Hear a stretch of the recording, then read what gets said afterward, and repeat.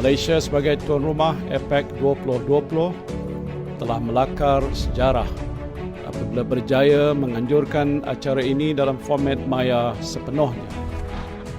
Saya amat berbesar hati untuk mempromosikan mesyuarat pemimpin digital yang pertama yang akan dihadiri 21 pemimpin ekonomi APEC.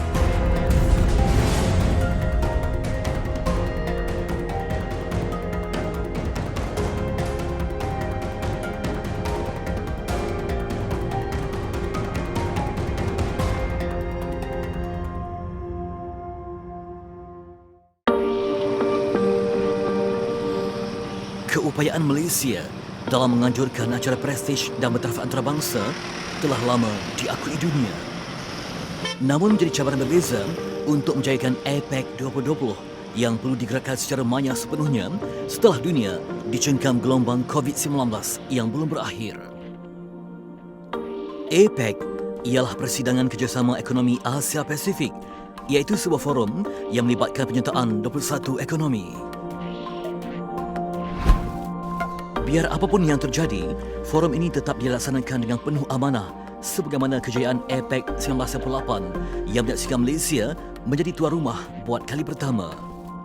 Ketika itu, dunia bergelut dengan kemelesatan ekonomi dan menjadi satu cabaran buat Malaysia untuk mengemudi dialog serta perbincangan yang memandu ke arah kesejahteraan ekonomi yang berada dalam komuniti APEC. Kebijaksanaan dan kecekapan Malaysia sebagai penganjur membolehkan pelbagai kata sepakat dan solusi dapat dicapai dalam membina kerangka kerjasama yang mantap, lantas mengurangkan kesan kelembapan ekonomi sejagat.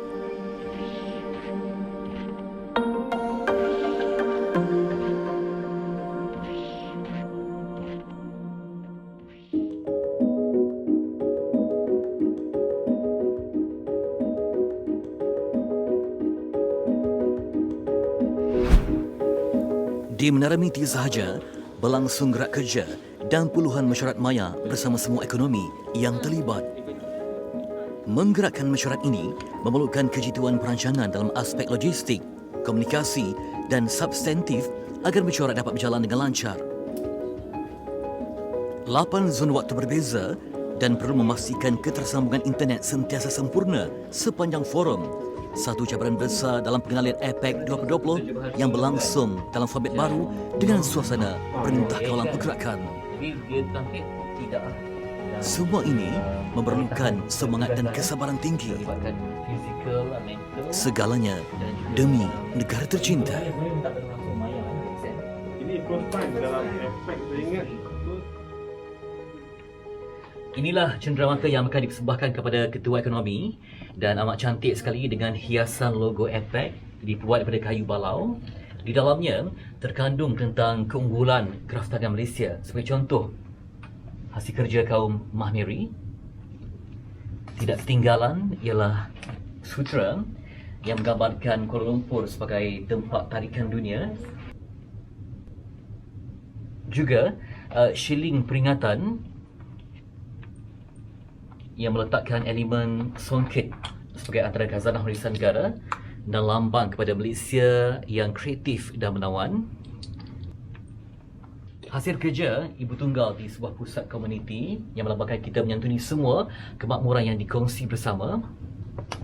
Dan ketika awal persidangan pada tahun ini, delegasi diberikan dengan mengkuang yang dihasilkan oleh seorang pengusaha di Terengganu. Dan ini melambangkan bahawa limpahan ekonomi itu akan mendapat manfaat kepada semua yang menyertai delegasi ini. Dan inilah lambang bahawa APEC ini melimpahkan kemakmurannya kepada semua.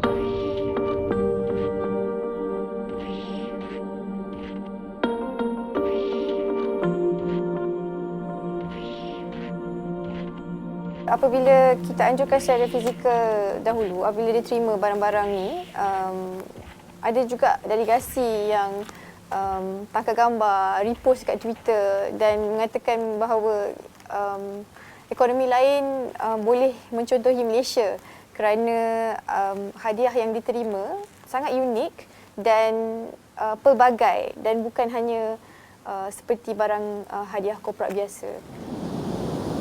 Di sebalik hadiah yang cantik menawan, ada keringat yang mengalir. Jasa itu dihargai.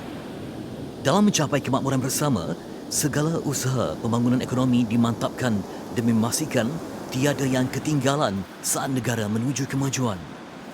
Walau berada di kampung, peluang menjana pendapatan terbuka luas asalkan ada kemahuan dan strategi membina jaringan rezeki. Fatimah Cik Ismail, 63 tahun, antara Serikandi Kraftangan. Hasil kerjanya banyak menjadi dambaan pecinta kraft berinspirasikan alam semula jadi. Kalau orang pandai tak susah. Orang tak pandai memang susah lah. Jadi suka orang kalau kita buat tu, macam ramailah orang tepahnya. Nak buat kenduri kahwin. Fatimah dan dua adiknya, Piah dan Rohani, setia mengenyam mengkuang demi kesinambungan rezeki dan minat mendalam. Ni memang buat untuk ni Tak ada orang tepah lagi. Ada lagi. Ni, Tak habis lagi. tak ada orang tepah. Ada orang tepah. Tepah dah. Tak boleh dah beli. Tak apalah, nak tak apa. nak saya beli. Seni anyaman daripada mengkuang adalah warisan berzaman. Sumber alam memberikan rezeki buat ibu kepada dua cahaya mata ini untuk meneruskan kehidupan.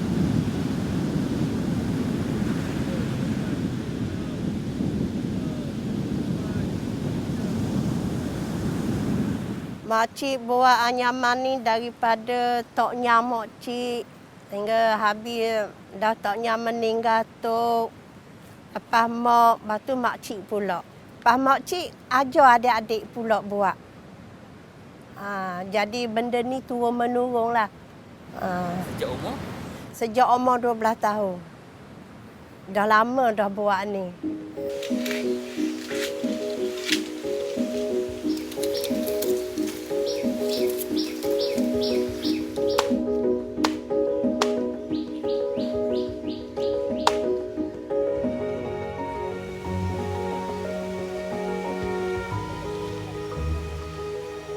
Macam buat mekuang tu beli dulu. Kuang masa belum beli hop yang siap dah.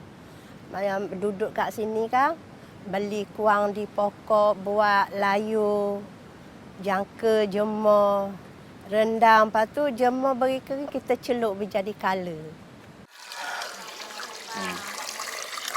Mengkuang adalah daun yang mampu bertahan dalam tempoh yang lama melalui proses awal yang teliti sebelum dianyam jadi produk kraft seperti tikar dan beg tangan. Kerja tangan Fatimah menjadi sebutan dan menarik perhatian pihak MITI untuk membawanya ke pesada global.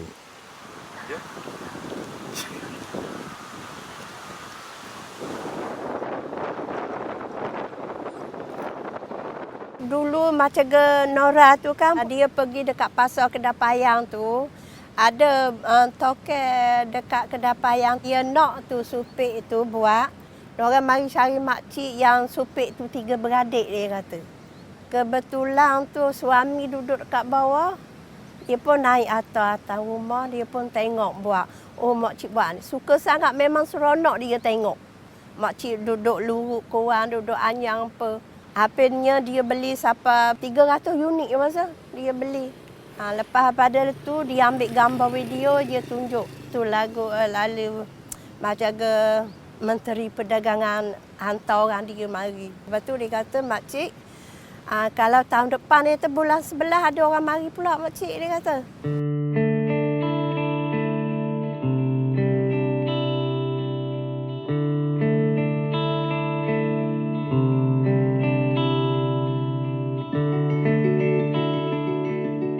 Rumah ini umpama gedung yang menjadi saksi perjuangannya melestarikan kraftangan bermutu tinggi dengan jerih payah.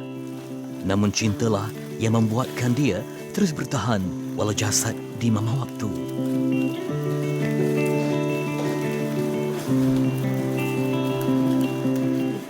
Maknanya umur 12 tahun buat 12 tahun. Okay. Baiklah, sejak 12 tahun Fatimah telah pun terlibat dalam dunia anyaman mengkuang ini. Bermaksud telah 50 tahun abadikan diri untuk dunia kraftangan yang cukup indah ini. Dan awal tahun ini dia menerima kejutan apabila hasil kerjanya dipilih sebagai salah satu daripada cenderamata yang dipersembahkan kepada delegasi asing sesuai dengan APEC 2020. Suka tak? Suaminya, Razalimat, tidak mampu lagi bekerja akibat sakit tua. Justru itu, mengkuang ini menjadi nadi yang meneruskan sumber rezeki mereka sekeluarga. Orang nak ambil kelas Makcik Tambuh, susah. Satu hari duduk di kelas dari pagi, daripada pukul 8 sampai pukul 5 petang Makcik Tambuh. Baru ni kraft tangan, ajak nak pergi kerusuh ajar orang. Makcik Tambuh, ajar orang dok pandai sakit kepala. Ajar adik tak apa. Ajar adik dia kurang faham, Makcik letak tangan. Dalam gurauan, terserit pesanan. Fatimah belum bersedia untuk mengajar. Menurutnya, tanpa jiwa, cinta dan kesungguhan, sesuatu karya takkan menjadi, melainkan disiplin dan semangat tinggi datang bersama tanpa sedikit pun rasa jemu. Kesungguhan menghidupkan tradisi ini perlu lahir dari hati yang ikhlas. Buat semula ni Bakul besar ni berapa lama siap? 4 utis sehari siap. Laju Ya.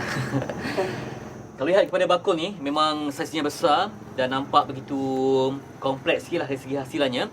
Tapi dia, Puan Fatimah ni mampu mengambil masa hanya sehari saja untuk siapkan 4 buah bakul seperti ini. Dan bersama dengan anak saudaranya yang berusia 18 tahun sebagai pewaris. Susah tak nak belajar ni? Bagi saya sangat susah lah buat ni. Kuat. Sebab macam dia perlu banyak teknik. Teknik? Yes. Okey, tahu tadi dah cuba. Macam mana Makcik Fatimah komen sikit hasil kerja ni? Apa yang kurang? Kurang baca ke dia buat ni, kurang pandai sikit lah. Dah dia tak biasa buat apa. Anyam ni 2 kali tak ke depan jadi kau belakang. Bukan nak macam nak bagi sudah. Jadi macam dia rombak je kau belakang ni. Oh, banyak teknik ya? Banyak. Ini mencabar kesabaran juga ya? Ya. Sebab dah berapa jam pun masih lagi belum siap ya saiz kecil. Dan inilah dia lambang ketabahan wanita dan lambang kemakmuran rezeki yang disulam setiap hari. Susah juga belajar ni. Dari desa, merentas dunia, membawa jiwa Malaysia tercinta.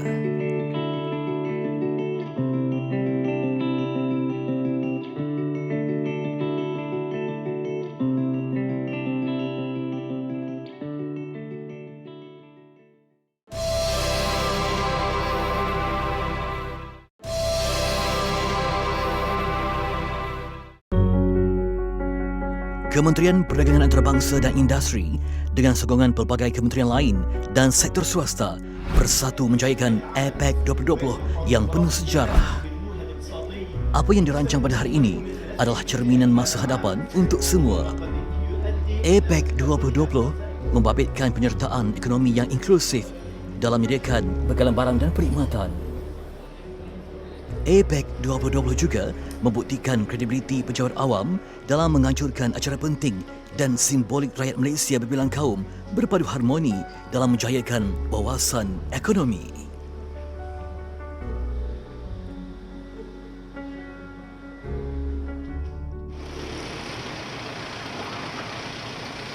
Idea anak muda tidak diketepikan. Pelbagai cara dizahirkan untuk menunjukkan patriotisme masing-masing. Di tengah-tengah metropolitan Kuala Lumpur, Edmund Loh Yuman diberi peluang melukis mural yang menggambarkan falsafah APEC 2020. Melalui seni, terpancar pelbagai rasa dan impian. Saya rasa pendidikan dari segi sekolah atau ibu bapa mainkan peranan penting. So, kita harus galakkan anak-anak muda untuk ekspreskan kreativiti. Jangan simpan dan tak buat langsung. Saya amat bersyukur kerana dapat menyumbang sedikit dengan mengguna bakat saya supaya dapat memberi senyuman kepada rakyat dan juga sesiapa yang lalu area-area KLCT sana.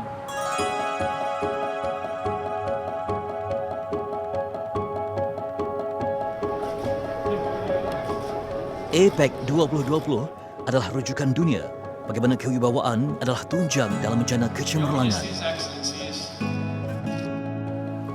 COVID-19 ternyata telah mengubah corak dan landscape perbincangan bagi APEC 2020. pelbagai cabaran telah pun ditempuhi, namun bukan halangan untuk terus menyebarkan kemakmuran bersama. Di Menara Miti ini saja, lebih 30 mesyuarat secara maya dilaksanakan dengan cahayanya. Malaysia memiliki ramai penjawat awam yang berkarisma. Tahun 2020 merupakan kali yang kedua Malaysia sebagai hos kepada APEC 2020. Ia merupakan satu cabaran, tetapi dalam masa yang sama saya menganggap itu sebagai peluang kepada saya untuk berbakti kepada negara, untuk menunjukkan bahawa Malaysia boleh pergi jauh. Dengan daripada pandemik yang berlaku, kita dapat membuktikan bahawa Malaysia mampu untuk membuat mesyuarat secara virtual sepenuhnya.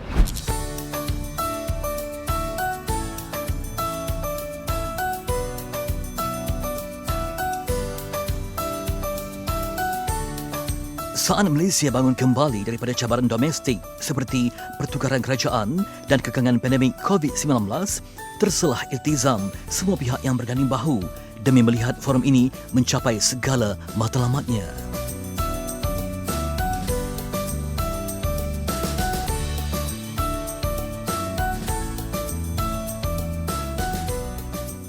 Selain aspek komunikasi dan logistik menjadi cabaran penting kepada Sekretariat APEC 2020 untuk sediakan isi kandungan mesyuarat, yakni dokumentasi. Itulah yang digalas oleh bahagian substantif untuk kejayaan APEC 2020. Ada waktunya petugas yang merupakan Barisan Harapan Ekonomi Negara ini bersengkang mata hingga lewat pagi sehingga selesai sesuatu perbincangan penting.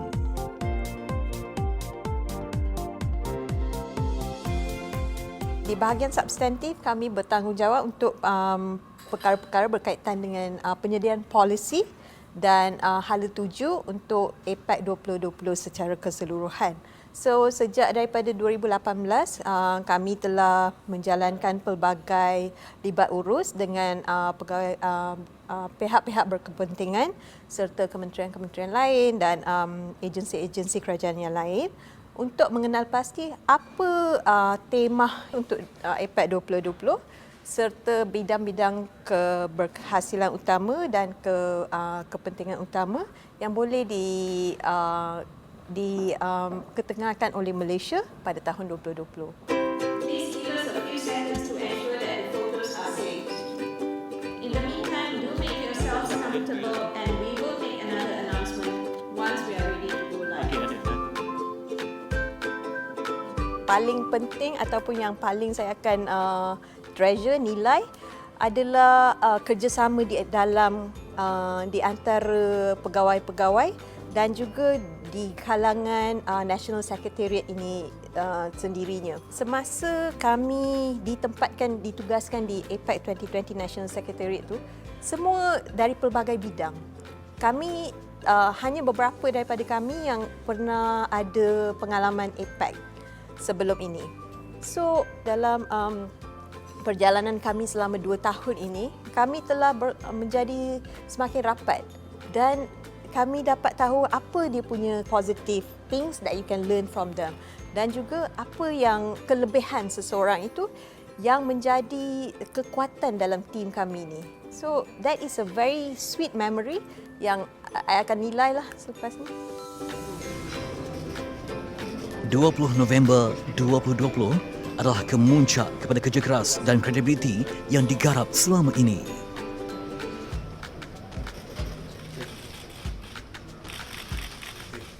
As the chair of APEX 2020, Malaysia is proud to carry the theme Optimizing Human Potential Towards a Resilient Future of Shared Prosperity.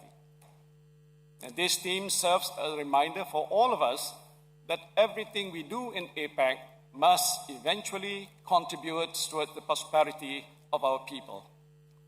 There's no denying that trade and investment has led to economic growth and greater wealth in the Asia-Pacific region. APEC 2020 ialah bukti keupayaan penjawat awam Malaysia mampu mengajukan acara yang bertaraf dunia. Malah juga membuktikan Barisan Harapan Ekonomi Negara begitu komited dalam menjayakan impian kemakmuran bersama.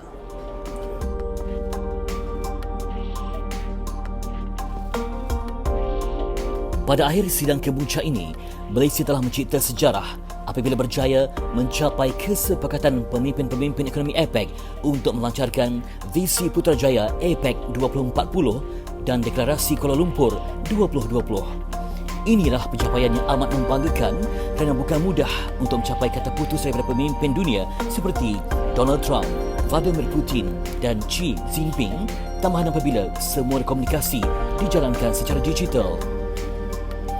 Malaysia melabuhkan tirai APEC 2020 dengan jayanya dan menampakkan obor penganjuran kepada New Zealand yang akan menjadi tuan rumah APEC bagi tahun 2021.